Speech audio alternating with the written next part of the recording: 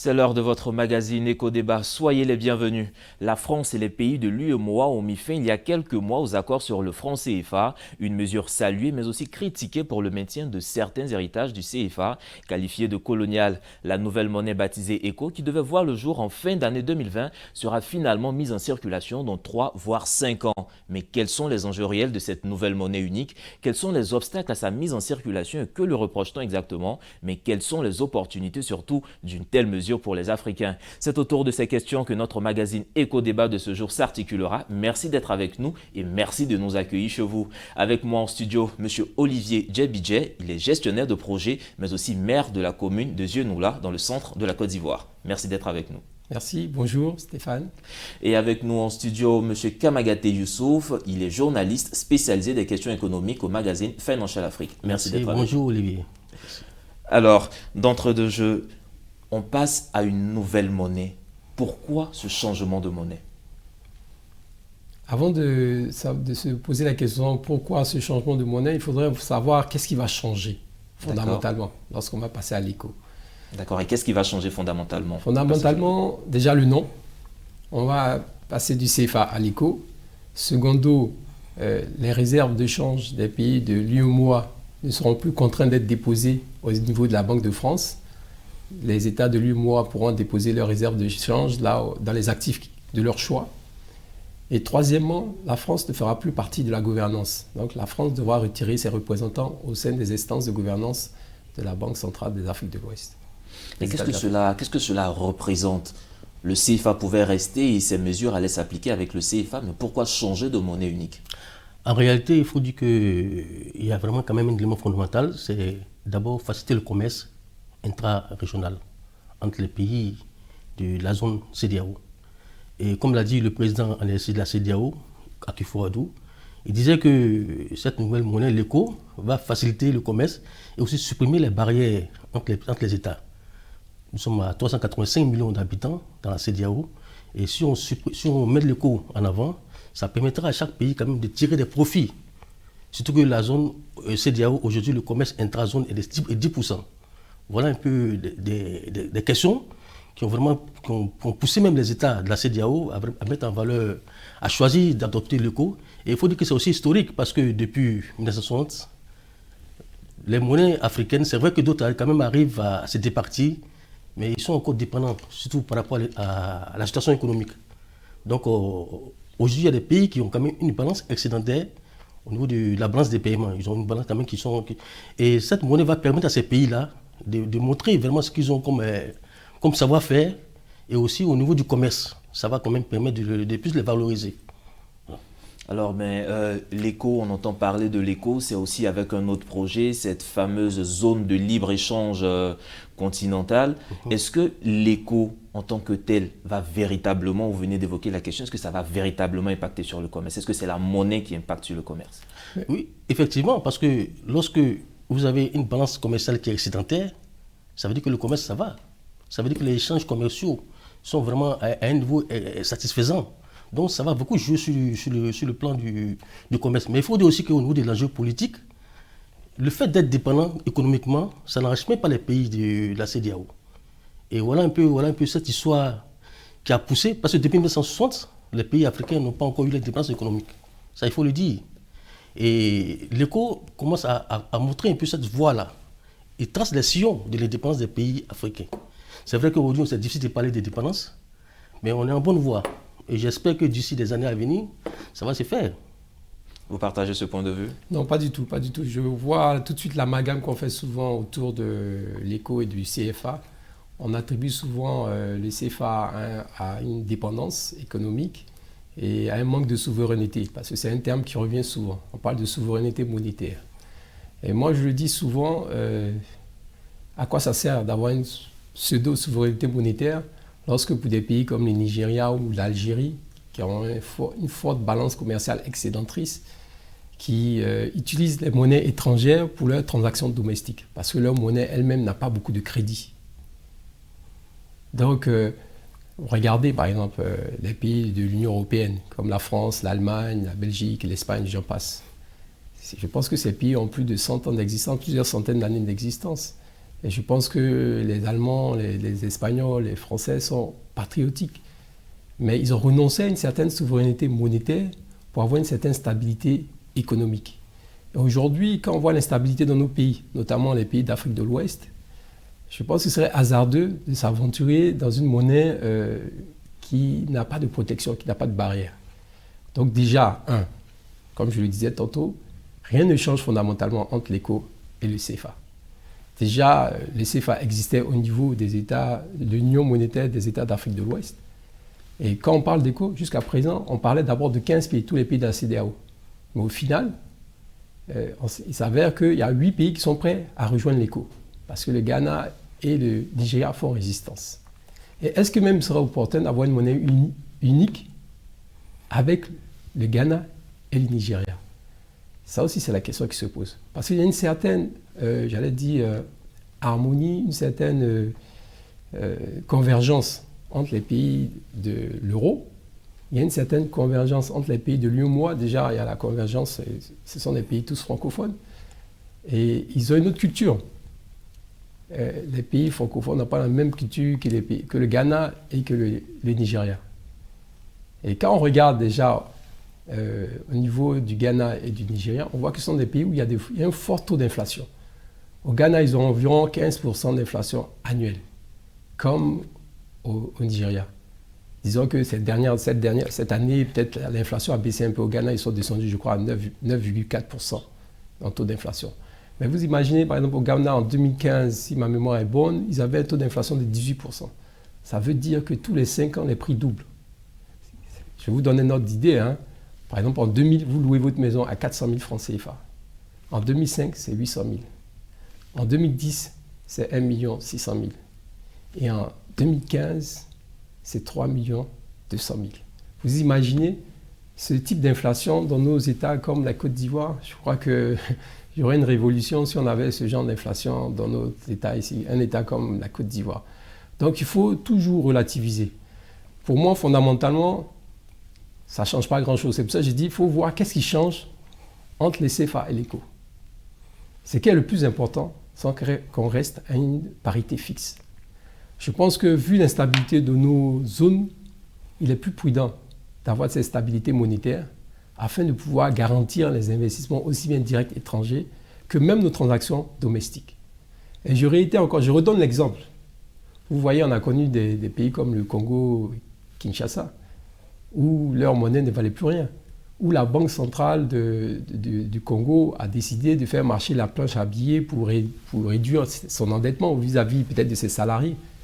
Et ça fait que, résultat des courses, pour acheter une baguette de pain, il fallait plusieurs millions de zaïres. Donc imaginez-vous, la monnaie, c'est avant tout, c'est le crédit, c'est la confiance. Il faut qu'on puisse avoir confiance en notre monnaie. Le fait d'avoir une garantie, comme cette parité fixe avec l'euro, ça nous donne beaucoup de crédit au niveau de notre monnaie et ça nous donne une certaine stabilité monétaire. Et c'est pour ça que je disais, il y a beaucoup de fantasmes entre le fait de confondre souveraineté et monnaie et indépendance.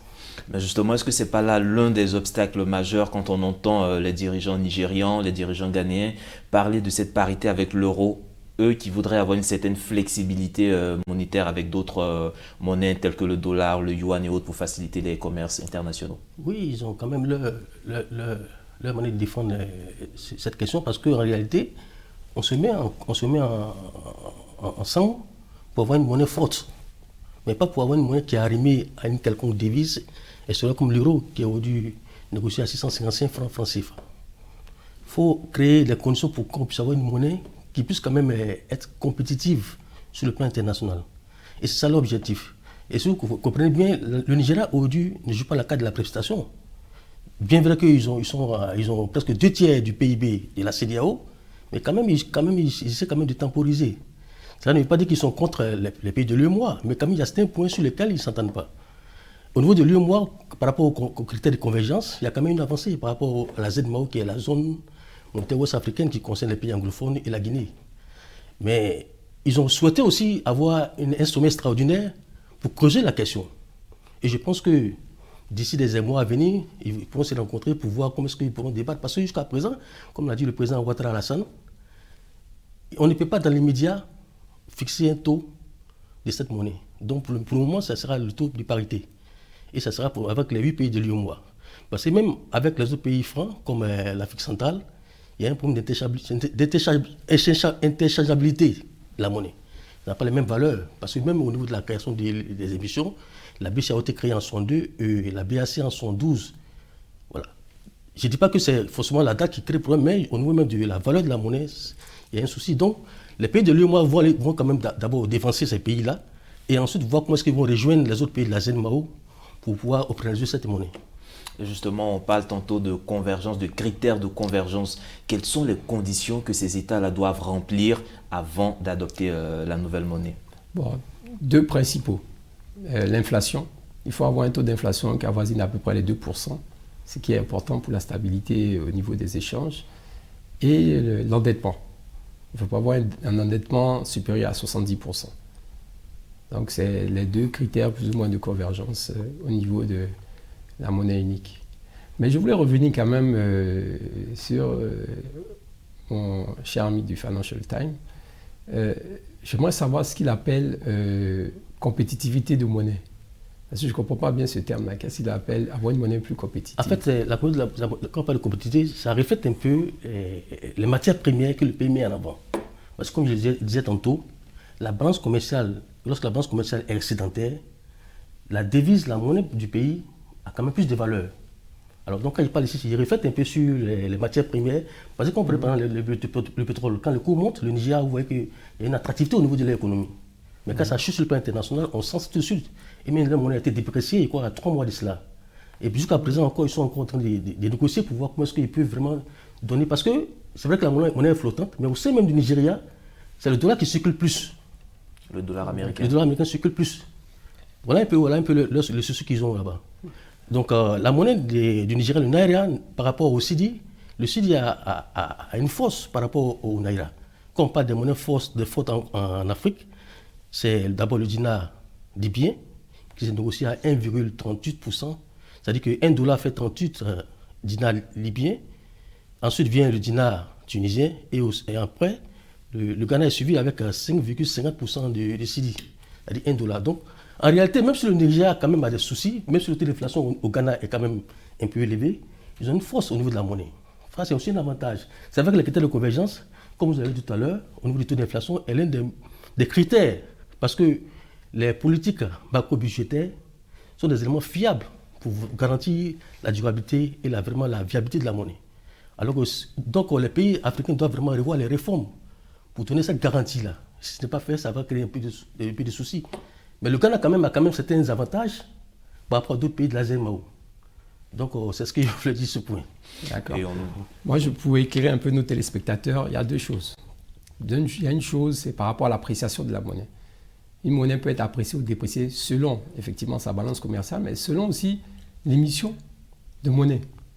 On peut avoir une balance commerciale excédentrice, mais aussi émettre beaucoup de monnaie sur le marché. Ce qui fait que ça va annihiler l'impact de la demande de la monnaie. Puisqu'il y aura beaucoup de monnaie disponible sur le marché, selon la loi de l'offre et la demande, ça ne va pas nécessairement se traduire par une appréciation de la monnaie, puisqu'il y aura beaucoup de billets disponibles. Donc c'est déjà un point. Maintenant, en termes de compétitivité d'économie, il faut voir quels sont les avantages d'avoir une monnaie forte et les inconvénients d'avoir une monnaie forte. Et les avantages d'avoir une monnaie faible et les inconvénients d'avoir une monnaie faible. Disons que par exemple, nous, l'ECO ou les CFA, anciennement si de CFA on passe à l'ECO, on pourra dire qu'on a rimé sur une monnaie forte, qui est l'euro. Le fait d'avoir un avantage d'être arrimé sur une monnaie forte, ça nous permet déjà de maîtriser les taux d'intérêt et de réduire l'inflation. La preuve en est, jusqu'à présent, on a un taux d'inflation dans la zone UEMOA qui est très faible, qui nous apporte une certaine stabilité.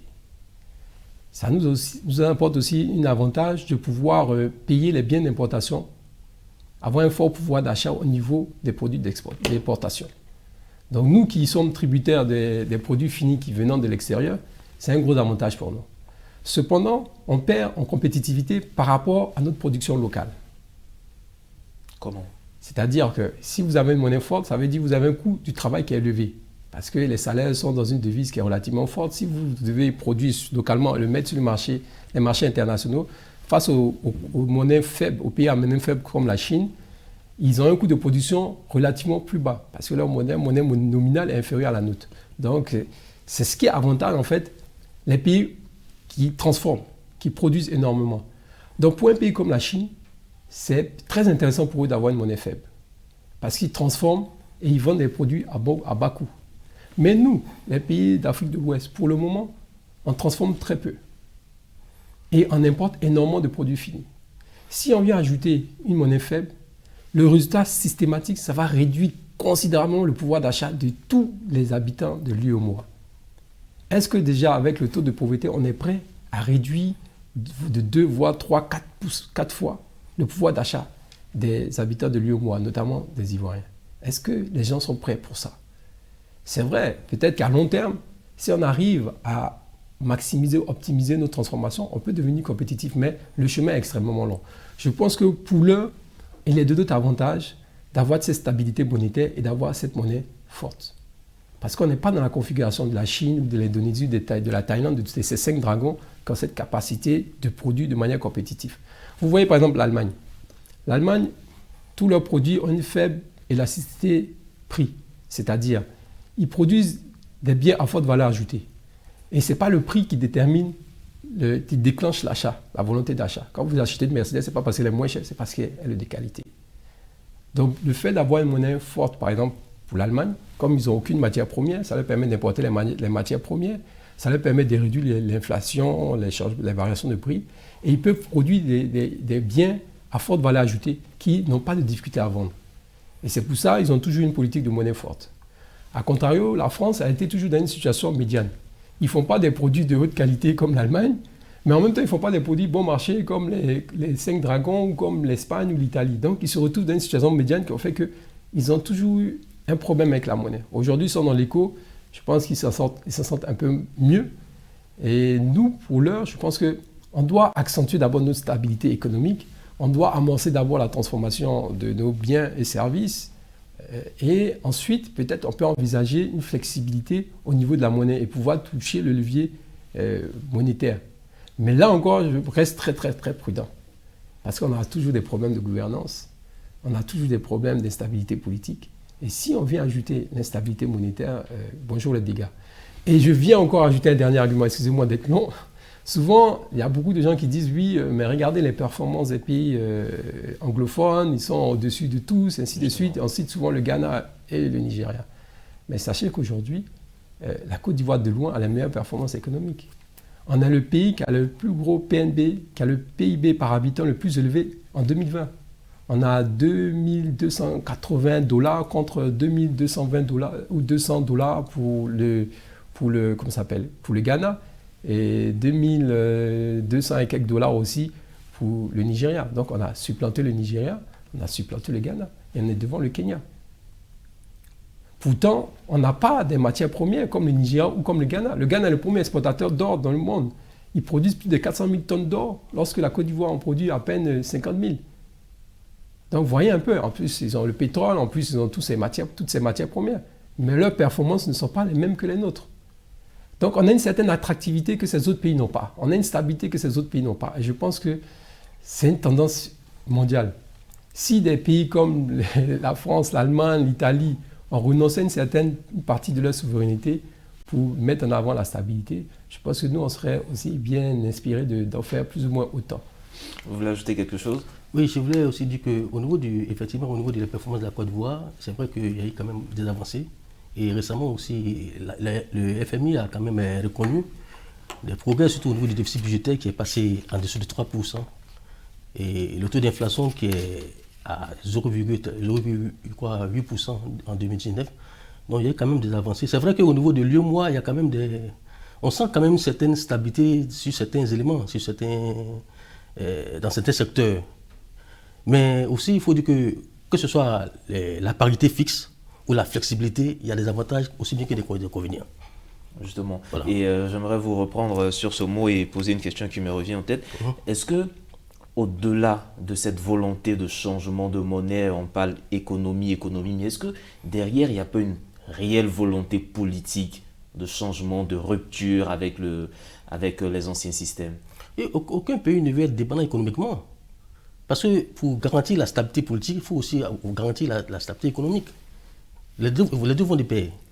Quand une monnaie est faible, il y a la dépréciation répétée suivie d'instabilité sociale, politique, avec son lot d'insurrection.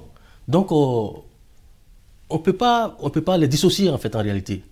Mais lorsque ils ont bien compris, parce que lorsque la stabilité économique y est, la politique ne fait que suivre. Mais je pense que quelque part aussi, il faut dire que nos États n'ont pas vraiment cette maturité par rapport aux nations. Ils ne prennent pas de l'Europe et autres. Mais tout se fait progressivement. Tout se fait progressivement. Même quand on parle aujourd'hui des gens, au niveau de la parité des hommes et femmes, la Côte d'Ivoire, quand même, c'est vrai qu'il y a beaucoup de plaidoyeries dessus, mais même la France aujourd'hui n'est pas à parité fixe avec les hommes et les femmes. C'est une progression. Donc, on ne peut pas quand même tout en vouloir aux pays africains, à mon avis. On ne peut pas envelopper les Africains. On en a parlé en 1960, c'était l'indépendance politique, comme on le dit. Et là, est-ce qu'on vit ou bien on va entrer maintenant dans l'indépendance économique? Vous voyez, il y a beaucoup de confusion et il y a beaucoup d'émotions qui sont mises autour de la monnaie.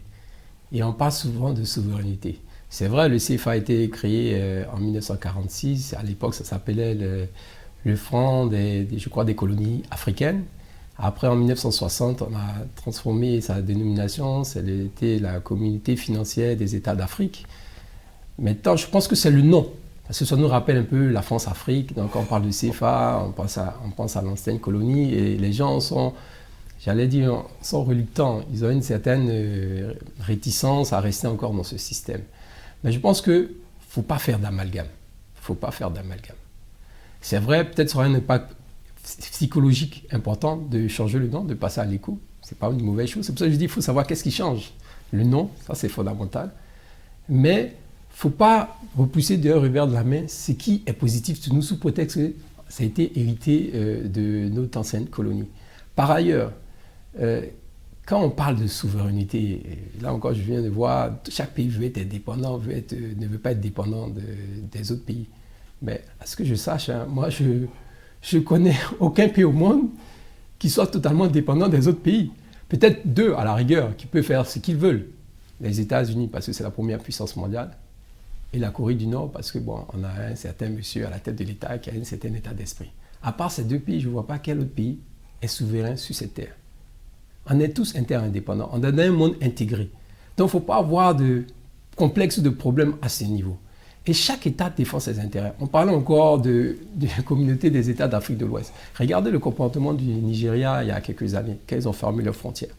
Ça a créé une hyperinflation au niveau du Bénin. Parce qu'aujourd'hui, ils exportaient beaucoup de produits céréaliers, des aliments au niveau du Nigeria. Et du fait de ne plus avoir eu accès à ce marché, ils se sont retrouvés avec un surplus de biens où ils étaient obligés de baisser les prix. Donc on a eu, non pas inflationnisme, mais on a eu une déflation. On a une déflation au niveau du Bénin. Donc voyez-vous, si on ouvre, on a une communauté monétaire avec le Nigeria et qu'il se passe un problème au Togo par exemple, est-ce que la Côte d'Ivoire serait prête, parce que le Togo aura peut-être triché sur ses critères de convergence, la Côte d'Ivoire serait prête à libérer 100 milliards ou 500 milliards de francs CFA pour venir en aide ou pour maintenir la stabilité de la monnaie, de l'éco? Ça aussi, il faut se poser la question. Il y a eu un problème en Grèce. L'Allemagne a déboursé des milliards et des milliards d'euros pour maintenir la stabilité de l'euro. La France a dépensé des milliards et des milliards d'euros pour maintenir la stabilité de l'euro. Est-ce que nous, on serait prêts à en faire autant si jamais il y a des problèmes avec les critères de convergence? Donc, ça, c'est une question qui est posée. Voilà. Mais moi, j'aimerais revenir, on tire vers la fin de ce débat malheureusement. Une question, je vais faire une question 2. On va le dire, on sait que le franc CFA, jusqu'à présent, est confectionné au niveau de la France et non sur le continent africain. Est-ce que la nouvelle monnaie ECO sera confectionnée ici en Afrique? Sinon, pourquoi est-ce qu'on ne peut pas le faire ici en Afrique? Bon, je pense que là, ça va dépendre aussi des différents dirigeants de la CEDEAO. On peut le faire en Afrique, pourquoi pas? On peut le faire en Afrique, il n'y a pas de questions à se poser à ce sujet, surtout que c'est une monnaie des pays de la zone. Donc, il n'y a pas d'inconvénience là. C'est vrai aucune inquiétude sécuritaire? Bon, c'est vrai qu'il y a souvent certains aspects qu'on soulève par rapport à la création, même à l'implantation de la fabrication de cette monnaie en Afrique. Mais je pense que si on veut vraiment s'attarder sur tous ces aspects, on ne pourra pas aussi avancer. D'accord. On ne pourra pas aussi avancer. Moi, je suis dans la réelle politique. Hein. Vous avez évoqué vous-même le problème, c'est un problème sécuritaire. Il y a très peu d'États dans le monde qui fabriquent leur monnaie sur leur propre territoire. Je ne dois pas en avoir plus de 50, même pas 20. Donc, il ne faut pas faire une fixation. Oui, le CFA est fabriqué en France, en Italie, en Espagne, aux États-Unis, peu importe. C'est question de sécurité. Est-ce que ça nous revient cher? Est-ce que c'est compétitif? Est-ce qu'on peut le fabriquer moins cher ailleurs? Est-ce qu'on peut le fabriquer en toute sécurité et moins cher chez nous-mêmes? C'est de ça qu'il s'agit. C'est question d'intérêt économique. Donc, ce n'est pas une histoire de France, d'Italie, d'Espagne, de Ghana ou quoi que ce soit. Donc, voilà. Donc, je pense qu'il faut qu'on soit pragmatique, il faut qu'on regarde vraiment les vrais intérêts, les vrais enjeux. Ce n'est pas sous prétexte parce que, bon, aujourd'hui, on a un sentiment anti-impérialiste ou anti-quoi. On va avoir des réactions émotionnelles qui ne seront pas bons pour notre propre économie. Passer le cap des émotions et se mettre vraiment sur les enjeux réels du terrain. Vous l'avez constaté, une demi-heure, c'est peu, très peu même pour faire le tour de la question de la monnaie unique. Nous avons vers le débat sur Éco-Débat et les réflexions se poursuivent. Merci messieurs pour vos contributions. Je rappelle que nous étions avec monsieur Olivier Djebidje, gestionnaire de projet, mais aussi maire de la commune de Zienoula, dans le centre de la Côte d'Ivoire. Et avec lui ici en studio, monsieur Kamagate Youssouf, journaliste spécialiste des questions économiques à Financial Magazine. Merci à vous de nous avoir suivis, vous qui nous suivez partout dans le monde. Agréable suite au programme sur nos antennes.